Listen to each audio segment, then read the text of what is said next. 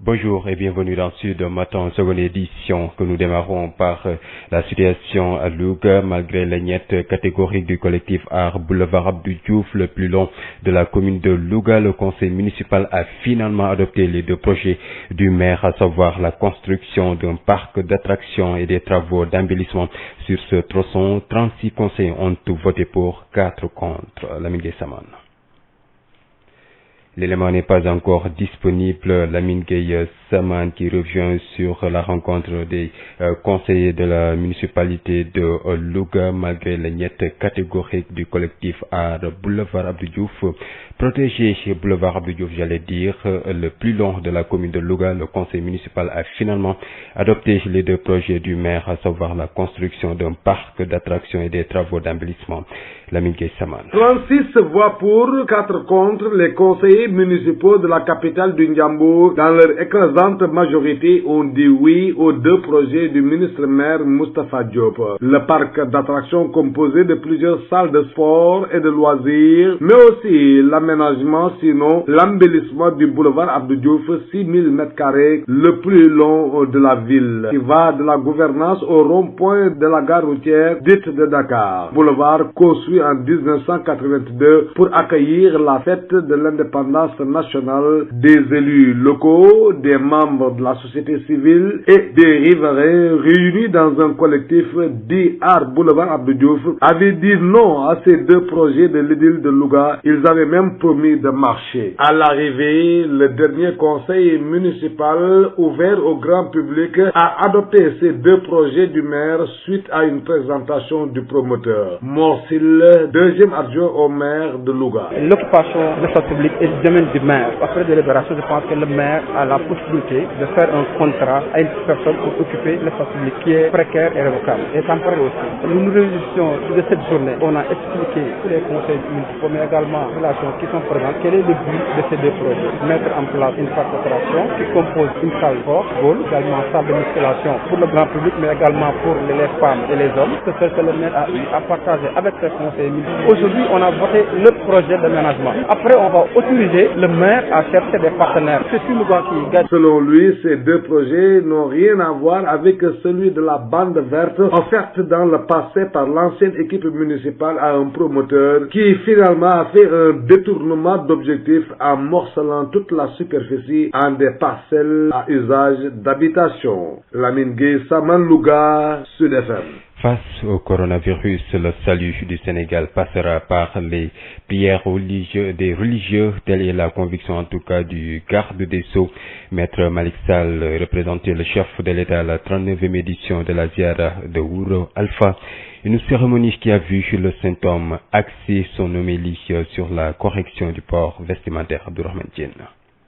La pandémie du coronavirus inquiète au plus haut point les autorités du pays, notamment depuis qu'un cas s'est avéré au Nigeria. Mais le salut du Sénégal passera par les prières des hommes à la spiritualité très prononcée. Et c'est la conviction du ministre de la Justice, Maître Malick Sall. Ça commence à devenir une calamité internationale. Évidemment, il faut prendre les précautions, mais objectivement, vous savez que devant ce genre de pandémie, on a plus besoin de se remettre au bon Dieu, à prier. Et c'est pour ça qu'effectivement, que j'ai sollicité, comme je l'avais fait d'ailleurs, vous vous rappelez à la Ziara de Ogo, au chef religieux de prier. Et donc je l'avais fait là-bas, je l'ai fait ici également, pour qu'il prie que Dieu le préserve de cette calamité-là. Le garde des Sceaux, venu représenter les chefs de l'État à la 39e Ziara de Dunga Wouro Alpha, a bien retenu le discours prédicateur du Saint-Homme axé sur la correction du port vestimentaire. Le conseil qui donne aux Sénégalais de prendre l'exemple et sur le président de la République et sur la première dame. On n'a jamais vu la première dame mal habillée ou bien habillée incorrectement. Et évidemment, moi en tant que ministre de la Justice représentant le président, je ne peux être que satisfait et fier d'entendre un chef religieux de la trempe de Thierno Mamadou Lamine Ly tenir un tel discours. Tout le monde sait qu'effectivement que ce marabout-là ne dit que ce qu'il pense, ne dit que ce qui est effectivement conforme à la parole de Dieu.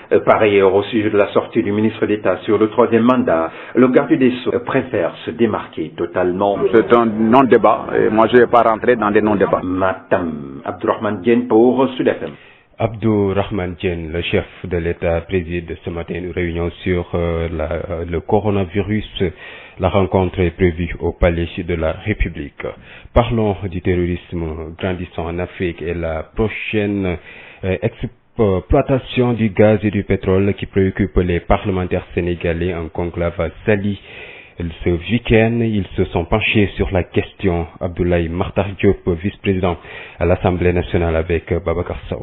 Que parler du terrorisme, c'est une chose, mais aller jusqu'à la source, toucher à ces fondamentaux, peut poser le problème des relations entre États. Vous êtes des journalistes, vous savez qu'il y a des grands pays du Moyen-Orient qui sont sujets à des suspicions sur le financement du terrorisme. Donc ce sont des questions qu'il faut manipuler avec beaucoup de précautions, comme le demande la diplomatie, pour éviter d'entacher les relations entre États. Donc aujourd'hui, nos députés, ils sont membres d'organisations internationales. Vous avez l'Union interparlementaire, l'Union des parlementaires francophones, etc. Nous siégeons partout dans le monde et nous ne voulons pas que nos députés soient surpris par des questions au niveau de ces Sénats. Le problème important, c'est aujourd'hui le pétrole et le gaz. Il faut que l'on sache que ces ressources influencent les relations entre États. Le Sénégal, avant la découverte et l'exploitation du pétrole, ne sera pas le même Sénégal après l'exploitation du pétrole. Parce que nous allons peser de nouveaux poids économiques et financiers dans la sous-région, en Afrique et dans le monde. Vous voyez à quel point aujourd'hui Dakar appelle les autorités. Vous voyez ici le chef d'État ou le ministre des Affaires étrangères des États-Unis qui viennent, le Premier ministre canadien, etc. Ce n'est pas innocent. Donc il faudra ajuster notre politique pour infléchir notre diplomatie. Donc voilà, entre autres, après la déclaration de Abdoumbo, des questions extrêmement importantes. Parce que je crois qu'à travers notre séminaire, vous devez avoir une autre lecture de la vie des parlementaires. On a toujours pensé que nous étions des oisifs heureux, des retraités pantouflards. Mais vous vous rendez compte qu'aujourd'hui, nous travaillons vraiment comme des étudiants très humbles qui vont à l'école.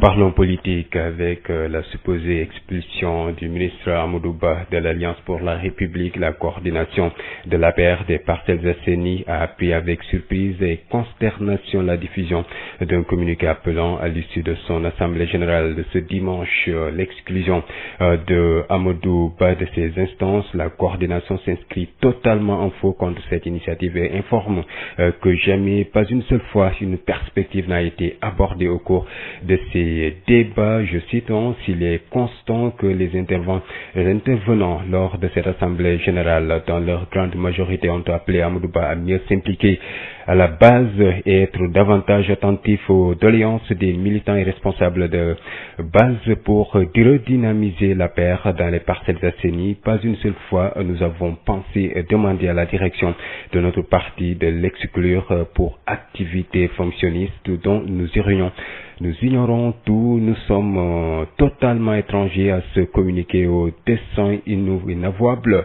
de ces auteurs.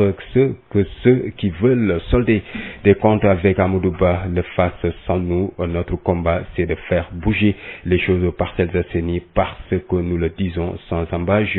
La manière dont ça se fait avec Amadou Ba ne nous agrée pas, mais nous ne désespérons pas de solutionner avec lui nos problématiques. Fin de citation. La coordination appelle les militants à la retenue. Le DG de l'Agence nationale pour la promotion de l'emploi des jeunes demande au président Sall de désigner son successeur dans le parti pour mettre fin aux ambitions des groupuscules tapis dans l'ombre. Il parrainait ce week-end une journée d'investissement humain dans la commune de Diouroup. Tamsir Faïl se nomme avec Ngoursar. Aujourd'hui, il y a des jeunes qui se lèvent dans le parti pour dénoncer l'installation de groupuscules, des gens qui s'organisent pour la succession du président Macky Sall. Je considère que nous autres, cette jeunesse qui a accompagné Macky Sall dès le début, qui a fait tant de sacrifices pour que nous soyons là aujourd'hui, nous qui sommes les dépositaires légitimes de l'œuvre de Macky Sall et de son héritage, nous qui devons veiller à la bonne marche du parti. Nous ne pouvons pas accepter que dans ce parti, que des gens s'organisent, s'arment dans le parti et que, in fine, en 2024, nous compromettrons nos chances de victoire. Ça ne sert à rien d'hystériser le débat, c'est un devoir qu'on peut avoir, c'est un débat légitime. Est-ce que cette jeunesse-là doit accepter de cela? Non. Si on n'arrête pas ces tentatives de déstabilisation de l'intérieur, des ambitions illusoires, personnelles, nous arriverons en 2024 avec 3 et 4 candidats et je vous jure qu'on sera balayé. C'est ça la vérité. Nous autres qui devons parachever l'ordre de Macky Sall après 2024 parce que notre génération sera au pouvoir après 2024. Alors, est-ce que nous avons le droit de croiser les bras en attendant fatalement 2024 pour qu'on perde le pouvoir? Je pense que non. Moi, je pense qu'il faut dès maintenant que des positions soient claires parce qu'on ne peut pas prendre le risque d'être avec des gens qui seront avec nous jusqu'en 2024 et qui feront face à nous. Tous les autres responsables qui sont dans le parti, qui construisent des chapelles politiques, les gens qui ont des ambitions pour succéder à Macky Sall, ils ont le droit d'avoir des ambitions. Mais il faut qu'ils assument leurs ambitions en quittant le parti, en ayant d'autres du parti pour s'organiser. Et j'en appelle au président de la République pour faire les arbitrages, pour que nous puissions savoir dès maintenant à quoi s'en tenir. Le président Macky Sall doit désigner quelqu'un. Pendant ce temps, la candidature de Ousmane Sonko à la mairie de Ziguinchor se précise. Toutes les tendances de PASTEF dans la commune ont porté leur choix sur le leader des Patriotes, Ben Michel Kanfoudi.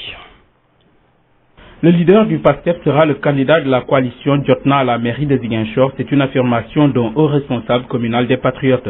Selon Raphaël Bassène, proche collaborateur d'Ousmane Sonko à Ziguinchor, toutes les tendances du PASTEF ont porté leur choix sur le président du PASTEF, les Patriotes. Oui, Sonko sera candidat à la mairie de Ziguinchor. C'est incontestable. Quel que soit le camp où tu es, c'est Ousmane Sonko qu'on a choisi pour diriger la liste.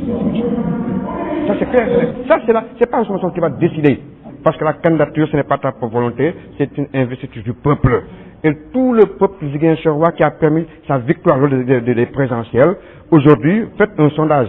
Tous ont dit, avec Sonko, oui, mais sans Sonko, non. Donc les Ziguinchorois ont porté Sonko. Raphaël Bassène, qui disqualifie l'actuel maire de Ziguinchor, Abdoulaye Baldé, pour les prochaines locales, multiplie par 0 les responsables de Benno Bokk Yakaar dans la commune de Ziguinchor. Il fut un temps où tous les Ziguinchorois ont chanté les louanges d'Abdoulaye Baldé. Mais il a fait ce qu'il a pu faire. Il a fait plus de 2 mandats, c'est fini. Ça, c'est un principe social qu'on ne veut plus depuis les 2 mandats. Même Ousmane Sonko, quand il va faire 2 mandats, c'est fini. Abdoulaye Baldé, quoi qu'il fasse, il a fait déjà plus de 2 mandats. C'est fini. Tous ces petits candidats-là, que sont Benoît Sambou, Kourfia Diawara, Doudouka, Assom Diatta, tout ça là, c'est des compléments circonstanciels. Ils sont là pour la circonstance. Selon ce lieutenant d'Ousmane Sonko, l'argument selon lequel un maire opposant est un frein pour le développement de la ville est un faux débat. Ils savent très bien que quand Ousmane Sonko sera candidat à Ziguinchor, ils sont couilles. Et on connaît bien le problème de Ziguinchor et le foncier. Toutes ces questions, ça fait peur. Ils savent que si Ousmane Sonko vient à beau cacher, il va tout enlever sur la table et ils auront des sérieux problèmes sur ça. Ils ont plaqué, ils ne veulent même pas que Ousmane Sonko soit candidat ici. Et qu'ils le veuillent, qu'ils ne le veuillent pas, qu'ils sachent qu'ici, ils auront affaire à Ousmane Sonko. C'est le seul candidat qui sera face avec eux et il n'y aura même pas de combat. C'est gagné d'avance. Ben Michel Kanfoudi, Ziguinchor, Sud FM. Ben Michel Kanfoudi, indignation des populations de la commune de Taïba Ndiaye, des populations qui font face à un manque criard d'eau potable. Les écoles ne disposent pas de murs de clôture. À cela s'ajoute l'accès qui est difficile alors que environ 200 milliards de francs CFA ont été investis dans le parc éolien.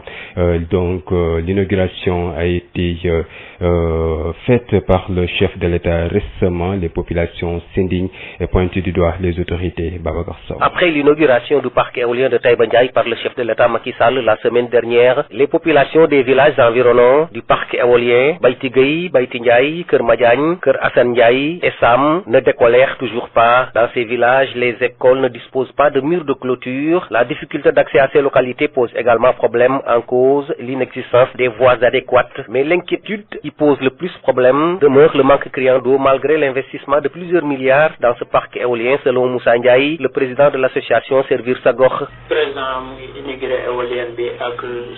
Le président vient récemment d'inaugurer le parc éolien en compagnie du maire Alelo. Mais c'est une déception pour nous. Il n'y a pas de mur de clôture dans les écoles.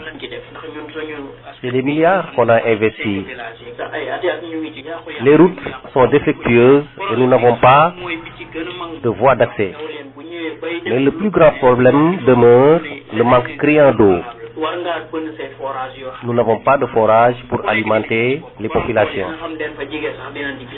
Une occasion d'interpeller le chef de l'État Macky Sall pour l'érection d'infrastructures routières et sanitaires adéquates pour dissiper la crainte des populations. Moussa Ndiaye.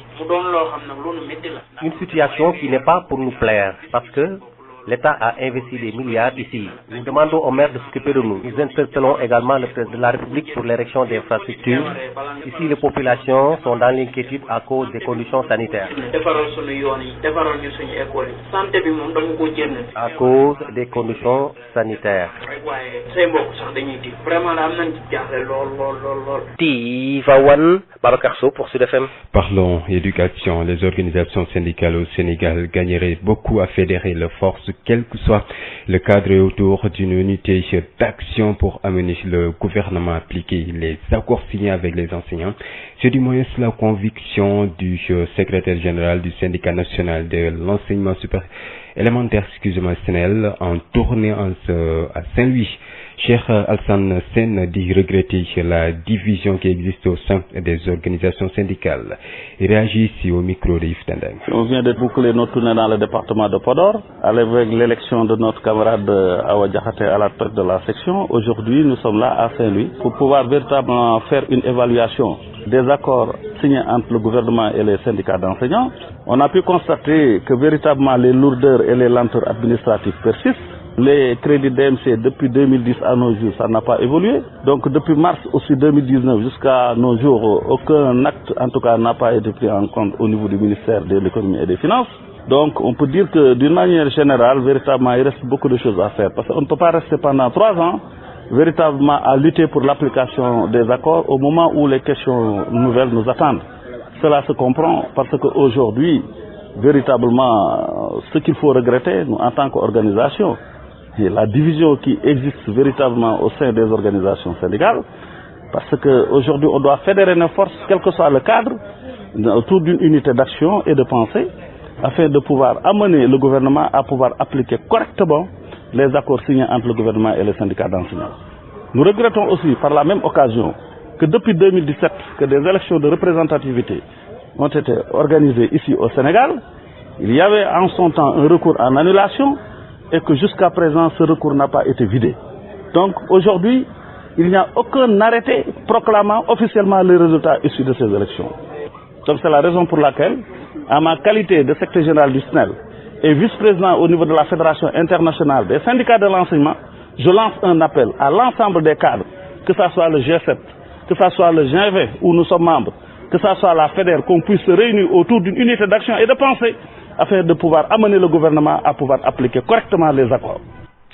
Le secrétaire général du syndicat national de l'éducation et de la formation du Sénégal invite le gouvernement à stabiliser le système éducatif en mettant fin à la floraison de programmes scolaires. D'après Abdou Diaw, ces derniers ne contribuent qu'à bourrer la tête des enseignants.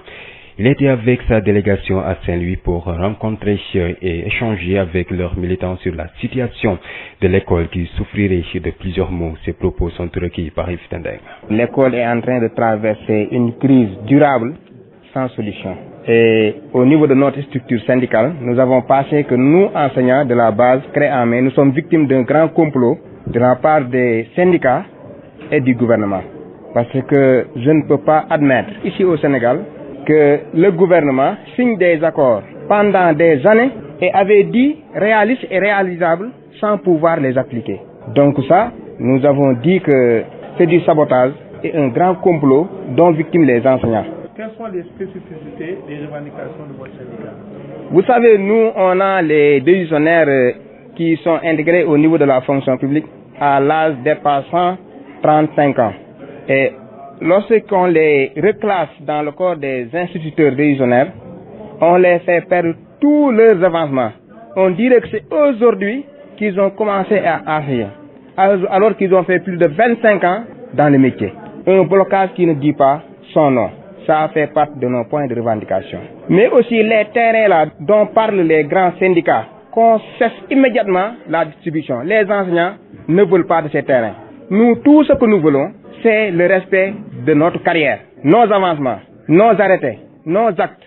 C'est ça que nous demandons au gouvernement. Mais aussi stabiliser le système, parce qu'il y a beaucoup de programmes dans le système éducatif. Et ça, les enseignants ont beaucoup de problèmes pour les appliquer. On nous parle de LPT, Lecture pour tous. On nous parle de PREMS, on nous parle de PAM. Et tous ces programmes sont financés par l'extérieur. Vous demandez l'audit de tous ces programmes? Tout ça, on doit les revoir et parler avec les syndicats pour qu'on regarde comment on va pérenniser ces programmes. Le contradictoire. Le contradictoire, c'est votre nouvelle rubrique que vous propose Sud FM Sen Radio. Les lundis et vendredis, tous les sujets à controverse seront débattus dans le contradictoire. Un sujet, deux invités pour un regard croisé. Le contradictoire, c'est tous les lundis et vendredis sur Sud FM Sen Radio.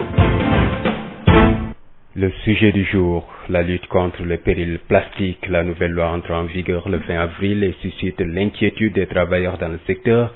Mais la protection de l'environnement est devenue une urgence mondiale. Comment allier développement économique et protection de l'environnement? Notre premier invité est Cheikh Diop, secrétaire général de la CNTS/FC. Il porte l'inquiétude des travailleurs du secteur du plastique. Il répond à Issegna. Cheikh Diop, secrétaire général de la CNTS/FC, bonjour. Bonjour madame. Le gouvernement va appliquer dès ce 20 avril une nouvelle loi contre le plastique. Qu'est-ce qui inquiète aujourd'hui les travailleurs du secteur? Cette loi sur l'utilisation des sachets en plastique pour préserver notre environnement en tant que tel agrée notre assentiment. Je veux simplement dire que nous ne sommes pas contre la loi ni son application. Nous syndicalistes, tout acte posé pour préserver notre environnement et la planète Terre nous agrée parce que nous pensons qu'il n'y a pas d'emploi dans une planète morte. Donc nous sommes pour véritablement la préservation de notre environnement et de la planète Terre. Et cette loi rentre dans ce cadre-là. Mais le problème que nous avons par rapport au collectif et du secteur, c'est que c'est un secteur qui nous a un peu surpris de par son importance et de par l'impact économique et social. On s'est rendu compte qu'il y a près de 700 unités industrielles, petites unités industrielles qui exercent dans le secteur et qui regroupent près de 10 000 travailleurs directs et 20 000 travailleurs indirects, génèrent plus de 6 milliards de francs CFA par an. C'est la raison pour laquelle nous nous sommes dit, à y voir de très près également, on s'est dit qu'il y avait lieu de formuler une demande à l'autorité qui consiste à permettre à certaines unités qui étaient en train de se mettre à niveau pour pouvoir appliquer correctement la loi en investissant dans des activités qui puissent faire respecter la loi, en se regroupant en unités pour se renforcer afin de pouvoir être à la hauteur de l'investissement qu'il faut pour continuer les activités et préserver le secteur économiquement parlant. Tous ces projets qui étaient en cours ne peuvent pas s'achever d'ici le 20 avril. C'est la raison pour laquelle nous nous sommes dit, puisqu'il était possible. Vous évoquez un texte communautaire pour demander un délai. UMOA l'a dit. Il y a la réunion des ministres de l'Environnement de l'UMOA qui s'est tenue en janvier, a arrêté l'implantation des usines et des unités industrielles de ce type de sachets plastiques interdits sur l'ensemble du territoire CEDEAO. Maintenant, ils ont différé, eux, l'application immédiate jusqu'en 2025 pour permettre aux unités existantes de pouvoir se mettre à niveau. C'est la raison pour laquelle nous ne sommes peut-être pas jusqu'en 2025, mais nous demandons à l'autorité de voir dans quelle mesure elle peut différer l'application, le temps de laisser les acteurs se mettre à niveau. Si on vous comprend bien, monsieur Cheikh Diop, les industriels dans le secteur du plastique ne sont pas contre cette mesure, mais réclament juste un délai pour pouvoir se mettre en phase. Oui, ils ne sont pas contre. Personne ne peut être contre cette loi, franchement. Mieux, au fil des échanges, nous nous sommes dit, il ne suffit pas d'être avec la loi, d'accepter de l'appliquer. Mais comment accompagner cette loi? C'est la raison pour laquelle nous nous sommes dit, il y a des propositions que nous devons faire à l'autorité lors de cette rencontre. Nous pensons que nous devons nous constituer pour créer un programme de récupération, mais également de transformation des déchets plastiques. Donc, même ce projet, nous sommes en train d'y travailler pour qu'une fois devant l'autorité, qu'on puisse, après l'application de la loi, travailler à créer un programme de récupération et de transformation. Nous y travaillons, ça permettra en fait une application correcte de la loi parce que nous devons, dans ce programme, ramasser tous les déchets plastiques, les recueillir, mais aussi avoir un projet de transformation pour que ces déchets-là soient traduits en d'autres trucs assez utiles pour les populations et pour les ménages. Monsieur Cheikh Diop, je vous remercie. Je rappelle que vous êtes le secrétaire général de la CNTS/FC. Professeur Adams Tidjani, fondateur de l'Institut Imen, revient également sur l'importance de lutter contre le péril plastique, mais il doute de la pertinence de la démarche. Il est avec Seigneur. Professeur Adams Tidjani, bonjour. Bonjour. Vous êtes le fondateur de l'Imen, acteur engagé pour la protection de l'environnement. Aujourd'hui, le gouvernement va appliquer dès ce 20 avril la loi contre le péril plastique. Des acteurs du secteur sont inquiets. Est-ce qu'il y a aujourd'hui une contradiction entre développement économique et protection de l'environnement? Contradiction, bon, de toute façon, je pense que quand on prend une telle mesure, il était prévu qu'il y allait avoir sûrement une perte d'emploi. Maintenant, en général, quand on prend de telles mesures, on réfléchit également sur comment cette perte d'emploi, on peut la limiter en recyclant les acteurs qui qui étaient dans le plastique, qui aujourd'hui, vu que sa disparition, seront obligés de chercher d'autres métiers. Et je pense que c'est à l'État justement de les accompagner pour les recycler dans d'autres métiers qui peuvent toucher toujours le plastique, parce qu'aujourd'hui, il est certain qu'avec, en lisant la loi, de nouveaux emplois vont être créés en termes de récupération du plastique, notamment les bouteilles. Et je pense que ces gens-là peuvent aussi bien aller travailler dans ce domaine. Maintenant, par rapport aux transformateurs, ça c'est une autre paire de manches. On a entendu des centrales prendre la défense des employés du secteur et réclamer un délai jusqu'en 2025 selon des textes de la CEDEAO. Est-ce raisonnable au Sénégal si une première loi avait déjà été prise depuis 2015? Bon, c'est vrai que la première loi, celle de 2015, était beaucoup moins élaborée que la nouvelle loi. Mais pour vous dire honnêtement, dans l'état actuel de cette nouvelle loi, son application en avril, j'y crois pas beaucoup. Je pense qu'il faudra faire un tour de table, convoquer tous les acteurs, pouvoir s'asseoir et discuter calmement, avoir justement un plan d'action qui permettrait justement, vous l'avez évoqué tout à l'heure, de limiter les pertes d'emploi, de pouvoir réintégrer ceux qui vont éventuellement perdre leur emploi. Et il y a d'autres choses qu'il faudrait prendre en compte, comme aujourd'hui, il y aura la création de ces nouveaux emplois, comment les prendre en charge, comment les entreprises vont prendre ça en charge. Ce n'est pas si simple que ça. Je vous donne un exemple simple aujourd'hui. Vous devez payer la consigne sur les bouteilles. Vous ramenez une bouteille d'eau chez un boutiquier du coin. Ça m'étonnerait qu'aujourd'hui qu'il soit dans les dispositions de vous rendre votre consigne. Donc, il y a des couacs qu'il faut quand même régler avant la mise en application, à mon avis. Justement, professeur, comment faire pour obtenir une adhésion massive pour ce genre de loi? Bien, c'est vrai qu'il faut un engagement, mais je pense l'explication de texte assez claire. Il ne faudrait pas que la loi soit une contrainte. Il faudrait que la loi soit un engagement des entreprises et des citoyens. Et à ce moment, je pense qu'on arrivera au résultat. Mais aujourd'hui, à chaque fois dire, si vous ne l'appliquez pas, vous aurez des sanctions. Si vous ne faites pas ceci, on vous emprisonnera. Je ne pense pas que du point de vue pédagogique, ça puisse amener une adhésion. Je pense qu'il faudrait avoir un langage beaucoup plus, je dirais, rassembleur, réfléchir ensemble. Donc, réfléchir ensemble, cela veut dire qu'on ne crée pas de tension, on réfléchit ensemble, voir comment on peut trouver les voies et moyens pour que chacun puisse y trouver son compte dans l'intérêt général du pays, à mon avis, et de l'environnement en particulier. Professeur Tidjani, je vous remercie. Je vous en prie. À l'instant, nous. jërë ngeen jëf mbokk yi juróom-ñetti waxtu mooy door a jot asalaamaaleykum ñu nuyu leen fas yéene leen a jotali xabaar yi donte sax ñi nga xam ne ñoo duppee seen bopp aar boulevard Abdou Diouf ca Louga lànk gu ñu lànkoon teewul mairie ba voté na ñaari projet yoo xam ne yu dafa jëm ci defaraat béréb boobu la gën ko yeesalaat tam tabax fa tam benn parc boo xam ne bii tam day tax daal mu gën a aaru lool Lamine Gueye Samane.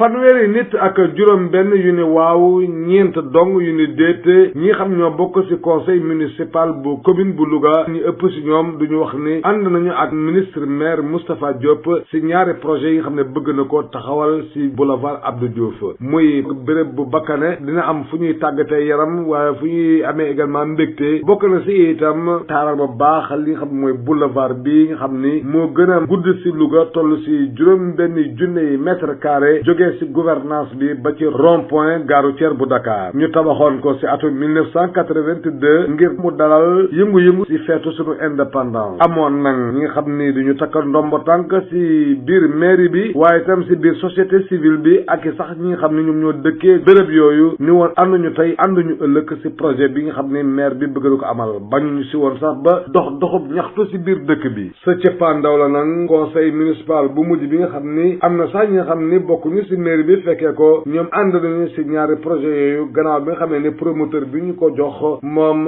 wax na lan la ñaari projet yooyu di wund Mor si la ñaareel ku ñu toftal ci maire bu Louga àdduna ci boulevard bi dafa nekk loo xam ne da doon public la kenn mënu koo tabax du kër lu fay def du kenn maire bi moo ko moom di ko saytu bu fa waa ji jëlee ñoom ñaar ñu déggoo ci kaw kàddu li la fa war def mënu koo changer mënu koo louer mënu koo able mënu ko def sax sur keneen moom moo ko war a exploiter moom si boppam ba pare li mu wax la fa war a def bu ñu demee nag ba nga gis ni loolu ñu wax defu ko fa dañuy annulé contrat te kenn du ko laaj abim kenn du ko jëlloo dara kon ñu jàpp ni kon li nga xam moom lañ si lu ko teg ñu sàmmal leen seen espace yooyu moom lañ si nekk mais également fexe ba ñu amélioré cadre de vie population moom nag nee na ñaari projet yi wuute na lool ak li nga xam ne moo fi amoon démb ak bërki démb muy bande verte bi nga xam ni ñi fi jotoon jiite mairie bi joxoon nañ ko benn promoteur kooko nag mujjul def lu dul wàcc yoon daggate suuf sa jaay ko nit ñi ba tax na ñoom ñu ni ku ndobin rey samaam loo gis mu ñuul da nga war daw ku leen doon jotali xibaar yi fii ci Louga Lamine Gueye Samane Sud FM. Lamine Gueye ñu ngi lay jaajëfal jaajëfal bu baax a baax tawat ji nga xam ne moom lañ dippee coronavirus fii nu toll nii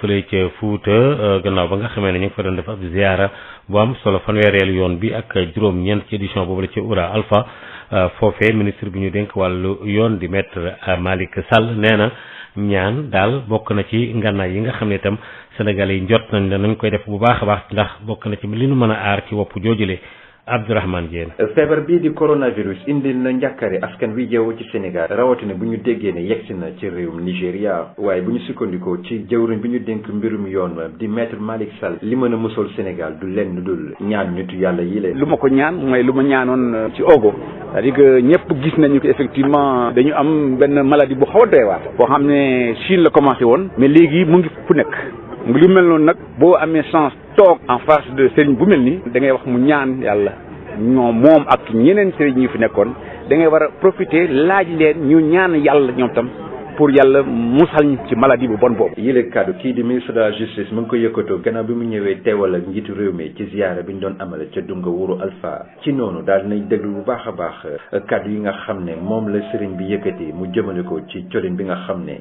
gis na ne jaarul yoon ba tax ñu war a roy ci soxna yi njiitu réew mi. fii moom ku fi ñëw message bu ngay xaar mooy message de vérité parce que Thierno Mamadou Lamine lii ku ko xam ne moom du wax leneen lu dul dëgg lu ma dëggati neex ma nag parce que man président de la république Macky Sall moo ma yónni fii bu ma déggee muy wax que moom dafa joxe président de la république ak première dame pour que Sénégal yi jël leen exemple pour que seen façon d'habillement exemple vestimentaire kenn musul gis première dame muy solo àndoon ak yoon parce que solo bi tam ci delloo ci yàlla la. ci mbirum troisième mandat bi kii di jërum bi ñu dénk mbirum yoon jàpp na ni yoonam nekku si ndaxte lu nu mel yitte lu ko benn yoon mu nekkoon Abdourahmane Diène fii ci Matam pour Sud FM. Abdourahmane Diène ñu ngi lay jaajëfal bu baax a baax laaj ci wàllu terrorisme ak itam yokk gu muy yokk ci Afrique gi ak tamit daal wàllu pétrole bi ak gaz bi taxoon na leen ci ay député ay parlementaires demoon fële ca Saly doon fa def benn lël doon waxtaanee mbir yooyu les vice président assemblée nationale bi Abdoulaye Mokhtar Diop waxtaan ci ak Babacar Sow. bu ñu demee tey ba lii nga xam ne mooy yëngal suñu wàll wi sowu jant muy Mali muy Niger ba di egg Tchad yooyu yëpp xam nga dafay am beneen xeetu doxalin bu ñu war a doxale moo tax ñu waxoon ne bu ñu ñëwee fii seet ak ambassadeurs yi nga xam ne dañu yor ay département ci ministère des affaires étrangères ñu wax ñu loolu naka la ko gouvernement bi gisee président Macky Sall waa xam nga yéen jàng ngeen da nga gis ñu ne diplomatie ci domaine réservé président la République bokk yëpp domaine réservé yëfu boppam la su ko neexee sax moom mu nekk en même temps ministre des affaires étrangères am na dëkk yu mel noonu kon amul kenn kuy dogal ci mbir moomu ku dul président de la République wante bu ñu demee ba àddina tollu fii ñu am lu ñuy wax terrorisme ak yooyu yëpp kon am na beneen doxal bu ñu war a doxal lu tax ñu war a doxal beneen doxal yi yéen ñëpp xam ngeen ne am na dëkk yoo xam ne ñu ngi leen di tuumaal ne ñooy jox ñooñu gànnaay ñoo leen di jox alal te loolu su fekkee suñuy député yi nga xam ne dañu dugg ci àddina fu nañu dem fa te xamuñu naka la gouvernement bi taxale mun nañu wax jéye joo xam ne day yàq suñu diggante ak état yooyu muy benn bi ci des mooy pétrole bi ak gaz bi fi génn dëkk boo gis mu am alal ju toll noonu digganteem ak ñi mu séqal àddina day wëlbatu Sénégal bi mu amagulee pétrole ak Sénégal bu am pétrole di ko jaay bokkul ñi ñu daan waxal ak ñi ñuy wax léegi bokkuñu ni ñu daan xoole ak ni ñu xoole léegi bokkutul boo seetloo weer yu ñu génn premier ministre canadien ñëw na fi Pompeo USA ñëw na fi ñeneen ak ñeneen ñëw nañu fi président Macky Sall ñu ngi koy woo fu nekk ci àddina bi mais li ñu koy woo lu bari fi Sénégal tolloo tax yooyu itam dafay baax ñu woo député yi xam ne bokk nañ ci commission bi nekk ci association parlementaire yu bari ci àddina parce que ñun bokk nañ ci lu ëpp juróom-ñaar ba juróom-ñetti association parlementaire CEDEAO ak yooyu yëpp kon dafay baax ñu ñëw toog fii wax waa affaires étrangères wax leen nañ ci xalaat boo ko def kenn ku nekk ci ñun foo dem ci àddina bi nga xam ne nii la gouvernement bi di dox mais mu am leen loo xam ne daf ci nekk wax ma koon ci tubaab règlement intérieur assemblée dafa am benn article bu wax ne président de la république accord bu mu mën a signé ci àddina foog assemblée autorisé ratification bi su fekkee ne tey yàlla tere président Macky Sall dafa dem signé benn accord mu ñëw assemblée ne du ma ko voté accord boobu du dem kon tam loolu lu mat a xam la daal. ci wàllu directeur bi nga xam ne moo jiite agence bi jëm ci wàllu li gën a jëmale ci kaw liggéey emploi ak ndaw ñi moom di Tamsir Faye mu ngi doon wax rek daal ci li nga xam ne dafa xew ci APR te muy ñi nga xam ne ñoo nekk ci suuf kenn gisu leen ñu am daal ay yéene yoo xam ne dañuy tàqale wala di yéem a donnu Macky Sall te yeggaguñu ca njobaxtan la loolee nee na jaaduwul ci parti bi Tamsir Faye ci micro Ngor Sarr. tey suñu parti bëri na coow mais man li ma bëgg a wax rek mooy dama bëgg ñu am waxtaan boo xam ne dañ koy teg ci principe parce que nag ku mu neex ku bëgg a nekk candidat nga nekk candidat mais nag mënoo nekk su ñun suñu biir ne fa di organiser wu jël xaalis def ni renforcer ba heure ba 2024 nga taxaw ne dañuy song loolu yenul maanaam ñun dañu war a liggéey am projet boo xam ne ñun ñëpp ñoo ci manko pour ñu mën a toog pouvoir 2024 parce que Macky Sall daf ko def loo xamante ne njortoon nañ ne fii ak 2024 li fi nar a defaat mouvance bu muy diriger war na mën a toogaat ci réew mi mais loolu dafa laaj nit ñi ànd waxtaan ñi nga xamante ne dañu am ambition te mënuñu bokk ci projet collectif bi ñu nar a am ñooñu ñu seppi leen ndànk teg na leen ñoom am nañ liberté ñu nekk feneen di liggéey di dox seen i dox ba heure élection ñëw ñu ñëw mais yaakaar naa ne ndaw ñi nga xam ne mooy ñun ñi nekk ci parti bi ànd ak Macky Sall boobu dara du dara gunge ko ñu ci bëri am jël ay sacrifice yu bëri te ñooñu suba ñoo war a yeggali liggéey bi nga xam Macky Sall mu ngi koy def ci réew mi war a nekk ay yor héritage am ñun ñii dañu war a taxaw tem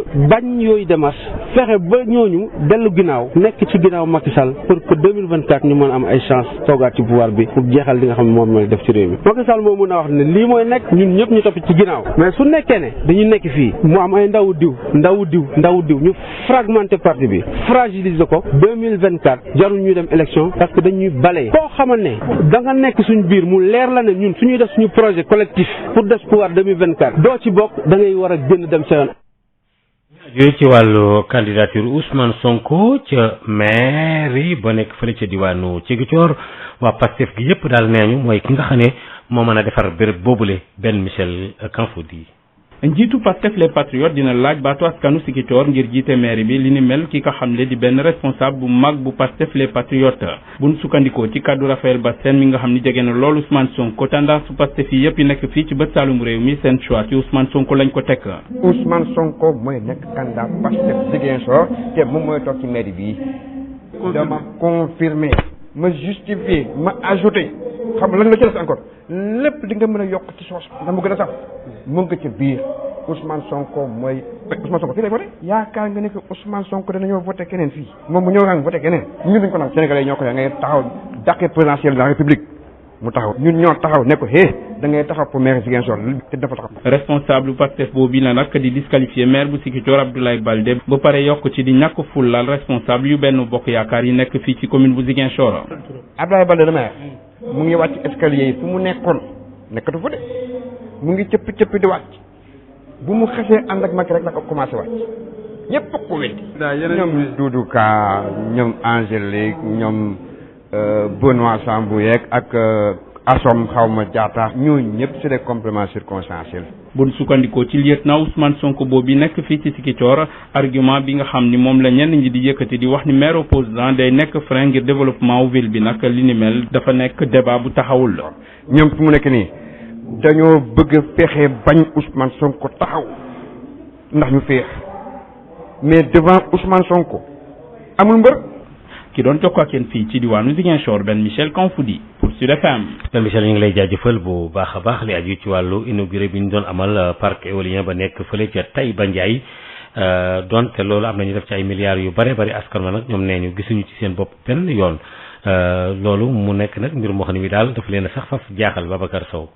ginnaaw ba nga xamee ni njiitu réew mi daal dina inauguré parc éolien bu Taïba Ndiaye ay bis yi ñu weesu askan wi nga xamee ni ñoo yeewoo ci dëkkaan yi jege parc bi lool Bayti Gueye Bayti Ndiaye Kër Madiagne Kër Assane ak Sam ñu ngi sànni ki yoox di wane seenub naqar ci dëkk yooyee bérébi jàngalekaay yi mur de clôture yi yembuñu waaye day dem ci dëkk yooyu jafe na lool ndax amul yoon yu baax waaye day li gën a jaaxal askan woowee di yeewoo ci gox-goxaan yooyu ñuy lim moo di ñàkkum ndox bu tar bu ñu fa nemmeeku donte sax nguurug Sénégal def na fa ay milliards yu bari ci parc bi suñu sukkandikoo Moussa Ndiaye jëwriñ ji nekk ci bopp association servir sa gox. président mu ngi inauguré éolienne bi ak suñu maire bi di alelo waaye am nañ ci loonu naqari am nañ ci déception liñ ci mën a xam nag comme dañ ni ay milliards lañ ci def ndax ñun suñu askan wi nga xam ni mooy 5 villages yi am nañ ci lu leen naqari lool ndax école yi nga xamante ni mooy suñu école yi Kër Madiagne yooyu nga xam ni kenn mënut a fexe ba miireel ñu ko te ay at ñu ngi ciy dund suñu yoon wee nga xam ni yàqu-yàqu gi mu yàqu te amuñu fu ñu jaar problème bi nga xam nag mooy bi ci gën a mag moom mooy ndox mi éolienne bu ñëwee bay def lu toll ne ay milliards di fa dugg ñu ne l'énergie renouvelable war ngaa bënn say forage yoo xamante ni maanaam ndox mi ku nekk dina ci gis boppam borom tool ya nga xam den fa jige sax dinañ ci gis seen bopp. loolee tax na sax ba askan yi di yeewoo ci dëkk yi di Bayti Gueye Bayti Ndiaye Kër Madiagne Kër Assane ak Sam di sànni yoox jëmale ko ci njiitu réew mi mu jàppale leen ci ay yoon ñu ñoŋ rawatina jumtuwaay waa kër docteur suñu nemmeeku ni fii askan wi suñu feebaree dañuy jaaxle lool Moussa Ndiaye. mu doon loo xam nag lu nu métti la ndax lu dem ba ay milliards dugg fi te askan wi gisuñu ci seen bopp loolu jafe-jafe mënu koo weesu lu ñu métti la lool te ñu ngi koy wax président de la république nañu defaral suñu yoon yi defaral ñu suñu école yi santé bi moom dama ko jëndale fii bu fa nit feebaree balaa nga fay jógee yow yal na la yàlla defal jàmm rek waaye say mbokk sax dañuy tiit vraiment da am nañ ci jaaxle lool. Tivaouane Babacar Sow dañ ko jokk ak yéen pour Sud FM. Babacar Sow ñu ngi lay jaajëfal bu baax a baax mbootaayu syndicat yi doon nañ mën a gën a am doole bu fekkente ne ñoom ñëpp dañuy xàccandoo di dóorandoo bokk benn bëgg waa Sénégal wax loolu le ci kaddu ki di Cheikh Alassane Sène ne daal itam daal xàjjaloo gi day tax rek yëf yi gën a metti ci micro Yves Tendeng ñu teewlu. waa jotaay bi dama jiite benn délégation boo xam ne national ñu def ay fan fële ci Podor ba renouveler fa suñ section bi samp fa koo xam ne moom la ñu wax Awa Diakhaté à la tête de la section départementale tey ñu ñëw fii ci Ndar xamal jàngalekat yi ci accord yi ñu signé woon depuis 2014 ci diggante gouvernement bi ak syndicat enseignants yi te ba léegi jëfewuñu ko échéancier yi dafa romb cela se comprend parce que bu fekkee ne ñun en tant que syndicat yi jàngalekat xàccandoowuñu dóorandoowuñu gouvernement bi moom day daal di def li ko neex rek waaye bu fekkee ni dañoo xàccandoo dóorandoo wax dëgg yàlla dana tax gouvernement bi ñu gis ne classe yëpp a tëju benn fonctionné wul bu boobaa yaakaar naa gouvernement bi dana taxaw pour saafara li nga xam ne mooy suñuy tawat waaye li ñu regretté it aussi parce que boo xoolee ba léegi foo toll dégg ay coow élection te dama yaakaar ne fi mu ne actuellement il est bien vrai que ci cadre lañ bokk muy GV mais enseignants yi boo xoolee li leen intéressé ñu trouver ay solution ci yenn préoccupation nan lañ mënee organiser ay élection depuis 2017 ba fii may wax ak yow résultat définitif amul te recours en matière électorale dañ ko révider am réew bu fekkee dañoo def ay élection présidentielle yooyu mu am recours bu cour suprême wala conseil constitutionnel daal di vidéowul recours bi président de la république kenn du ko installé donc fi mu ne ministère du travail amul benn arrêté boo xam ne génn na boo xam ne véritablement moo proclamé officiellement les résultats moo tax coowal élection yi di dem ba léegi ñetti at dem ba ñaari at di ci def mais dans tout état de cause man maa ngi lancé benn appel ci ñi nga xam ne véritablement mooy les différents cadres muy G7 di GV di FEDER en ma qualité de secrétaire général du SNEL et vice-président au niveau de la fédération internationale des syndicats de l'enseignement ñu réunir autour de l'essentiel xàccandoo dóolandoo ci condition yooyu dong lañ mën a fexe ba gouvernement bi appliquer correctement accords yi ñu signé woon ndax échéanciers yi romb nañ ko.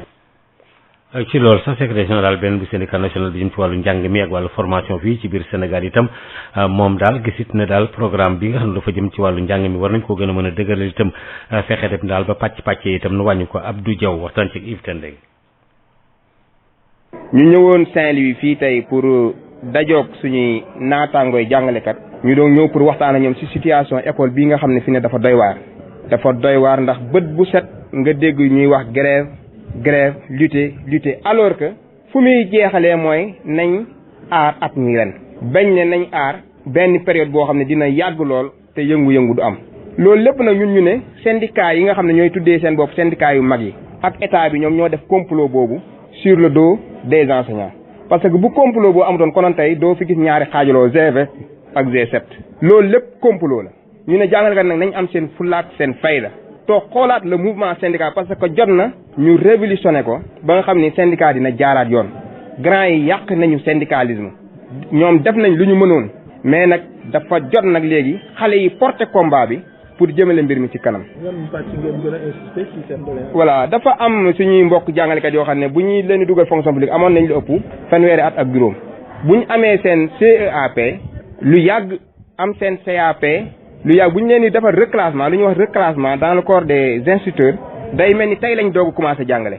donc ñoom lépp luñ jàngale woon dañ koy ñàkk ñu ne loolu nag dafa ñaaw dafa jot xeex bi ñu orienté ko foofu parce que du yoon beneen côté bi ñu ne ñun suñ syndicat suñ yoon nekku ci terrain yooyu ñuy wax parce que terrain yi état du Sénégal mënut a jox jàngalekat yëpp ay terrain donc affaire yi tappale la boo xam ne état bi ak ñi nga xam ne ñoom ñoo yore syndicat yooyu ñoom ñoo def complot boobu uniquement pour enrichir certains syndicats loolu ñun duñu ko nangu.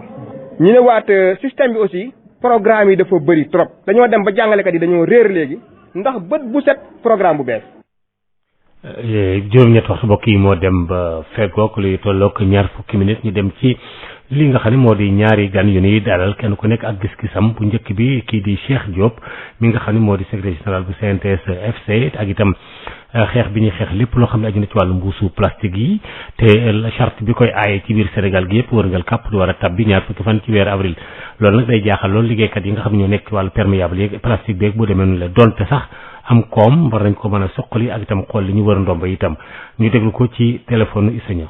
Cheikh Diop yow yaay secrétaire général CNTS FC ñu ngi lay nuyu. maa ngi leen di nuyu wàlle seen auditeurs yi. gouvernement bi war a daal di taxawal loi boo xam ne ci jëlee fi mbuus yi la wàllu plastique si boppam ñaar fukki fan ci weeru avril lan moo tax liggéeykat yi am ci tiitaange. yii dañ ci am njàqare parce que loi boobu d'abord dañuy wax ne ànd nañ ci CNTS FC ànd na ci collectif bi sax ànd na ci ak seeni employeur loi bi kon dàquñu ko ñun waxuñu waxu aussi bañ ko appliquer dañoo wax ne loi bi application bi mois d'avril lay doon ñu ne bu fekkee le 20 avril dañ ko appliquer dinañu bëri ay jafe-jafe ci wàllu liggéey bi parce que secteur boobu daf ñoo xaw a bett ci importance bi mu am ci économie bi mais ci social bi parce que loi bi génnee ñu war ko appliquer collectif bi gis nañu ne collectif employeur am na collectif travailleur aussi am na collectif travailleur gis nañu ne secteur bi mi ngi employé 10 000 travailleurs emploi direct maanaam liggéeykat yi nga xam ne soob directement seen loxo ci mbir mi toll nañ ci 10 000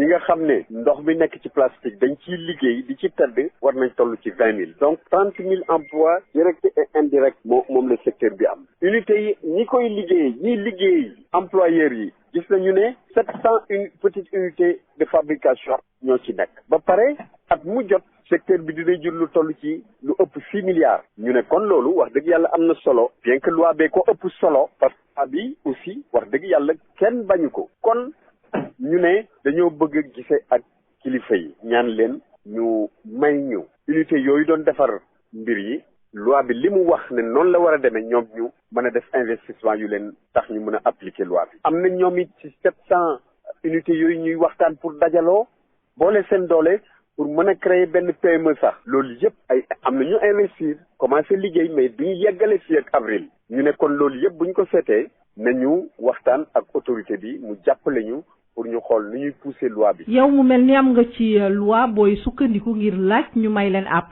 li tax nag ñu ñaan loolu mooy dañoo gis ne ci biir CEDEAO communauté bi d'accord nañu pour ñu appliquer loi bi ci réewu CEDEAO yëpp waaye ñoom maye nañ ba ñu dem ba 2025 jàpp nañ ne aussi à partir de janvier bu benn unité bu nga xam ne day defar xeetu plastique yooyu sampooti ci biir CEDEAO waaye maye nañ ñi fi samp ba pare ñu jéem a def liggéey pour méngoo ak loi bi méngoo ak bëgg-bëggu communauté bi ci wàllu plastique mais may nañ leen ba fii ak 2025 ñu ne kon ñun dinañu ñaan aussi suñuy autorités yi nga xam ne dañoo bëggoon a appliquer loi bi ci avril bi ñu may ñu ba décembre 31 décembre 2021 bu boobaa lépp dina pare. kon yéen bu ñu leen comprendre bañu leen loi bi mais da ngeen di xool naka ngeen di fexe ba sauver emploi yi. déedéet waaw kay loi bi kenn mënu ko bañ parce que ñun syndicat yi jàpp nañ ne jaww ji ak suñu cadre de vie ak planétaire dañ ko war a préserver pour dundu doomu aadama mën a yàgg buñ ko defut du yàgg te fu dundu amul emploi du fa am kon d'accord nañ ci fépp mesure bu ñu jël ngir loolu ngir jaww ji ngir planétaire ngir suuf si ngir cadre de vie doomu aadama loolu yëpp d'accord nañ ci mënuñu ko xeex te duñ ko xeex mukk ci àdduna waaye dañoo wax ne nañ ñu may ñu adapté wu ci li nga xam ne moom la loi bi bëgg ci li nga xam ne moom la norme yi bëgg pour liggéey bi bañ a yàqu mais également pour ñu def li ci mieux ñun nee nañu sax bu ñuy dem di seeti autorité bi dinañu waxtaan ak moom ci projet bu ñu am projet bu nga xam ne day récupérer déchets plastiques yi ci mbedd mi transformer ko def ko beneen kii bu nga xam ne non seulement dina méngoo ak li loi bi wax mais aussi dina am beneen njëriñ bu nga xam ne du yàqal jaww ji dara du yàqal cadre environnement bi dara. Cheikh Diop maa ngi lay gërëm di la sant. maa ngi lay gërëm di la sant fàttali ne yaay secrétaire général CNTS FC. jërëjëf kon ci loolu kii di Adama Tidiane nga xam ne tam moo di fondateur institut bi ñu duppee IMEN wax ne daal moom rek daal moom nee na xeex bi ñuy xeex wàllu plastique yooyu la day nee na am na njariñ lool waaye nag am na tuuti jeexi jaaxa ci doxalin bi daal bu mu ci am téléphone am ak Issa Niang. professeur Adama Tidiane yow yaa daal di sos ab daara boo xam ne day jàngale ci wàllu environnement muy IMEN ñu ngi lay nuyu. maa ngi leen di fay. gouvernement bi jël dogal ne fi lekk ñaar fukki fan ci weeru avril danañu daal di appliquer loi ngir jëlee fi mbuusu plastique am ñu tiit ci seen wàllu liggéey ndax aar environnement bi dafa nekk gàllankoor ci wàllu koom. waaw il faut nit ñi xam ne tey jii lu ñuy doxalee ci àdduna si mënul wéy tey jaww bi il faut ñu bàyyi ci xel di ko sàmm. donc am na yenn mesures yoo xam ne gouvernement bi mun na ko jël mun na indi ay doomu aadama di ñàkk seen liggéey wante loolu mun nañ ko limiter ginnaaw ñu toog waxtaan ñëpp xam nañ tey plastique jàngoro yu muy jur ñëpp d'accord nañ ci léegi nag ñu ñëpp war a waxtaan ne ñoo xam ne dañu war a ñàkk seen liggéey suba parce que appliqué nañu benn loi ñu xalaat naka ñooñu ñu mun leen recycler dugal leen ci ay emploi yu bees yoo xam ne la justement plastique bu ñuy tere mun na jur yenn emploi yi parce que loolu quand même moom la ñuy wax chaque fois il faut que environnement ay économie ñu mun a ànd faudrait pas kenn ki indi ay jafe-jafe indi keneen ki par exemple tey jii application loi bi pour préservation environnement bu naree lor économie bi xam nga loolu tamit dina doy waar donc loolu toog xalaat waxtaan maanaam war nañ ko def si lu mu gën a gaaw. ñi nga xam ne ñooy industriels yi dañu bëgg ñu may leen délai app ngir ñu mën a wéyal loi bi ndax gis nga ne délai yooyu nekk na lu yenu maanaam. waaw tey jii man loi bi lu mu tëddee tey jii laaj ñu waxtaanat rek parce que lu mu tëddee baaxagul maanaam daal botagul il faut que nit ñëpp ñu toogaat acteurs yëpp ñu toogaat ñu waxtaan ci encore parce que il faudrait pas comme lu mu ko waxee sax loi bi di lor yenn yi loolu baaxul il faut que ñu toogaat waxtaan parce que loi bi am na ay yuñ ci bind loo xam ne kooku yaakaaruma tey ji ñu mun ko appliquer au Sénégal yaakaar na am na beneen waxtaan boo xam ne war nañ ko defaat ginnaaw am na ba 2025 bu ñu yàkkamti noonu toogaat nang waxtaanaat def benn loi boo xam ne ñëpp ànd nañ ci bu boobaa je pense que suñu combat bu ñuy mënee dina mën a wéy incha allah. fexe ba ñëpp ànd ci dafa mel ni lu jafe la naka la ñu war a def ba ñëpp nangu ne lii suñu njëriñ la. waaw xam nga nit ñi aussi seen intérêt bopp ni gën a jëkk a jiital il faut ñu xam ne seen intérêt bopp bu ñu koy jiitalee tamit du sotti il faut ñu xam ne tey di jaww bi mënuñu continuer di ko caaxaane parce que quand même jaww bi bu disparaître nit ñëppay dem donc il faut xam nga ci négociation da ngay bàyyi dara nangu leneen négociation rek lay nekk bu ñu ñëpp ñu toogee bu ñu toogee yaakaar naa ne tenantaan Sénégal fii bu ñu waxtaanee jubóo en général mais bu ñu ko def ay yëfu tension boo deful lii dinaa teg yenn daan non loolu baaxul Sénégal yi bëggul loolu Sénégal yi dafa bëggul nga toog waxtaan ak moom boo waxtaanee bu comprendre rek dina ànd ak yow incha allah.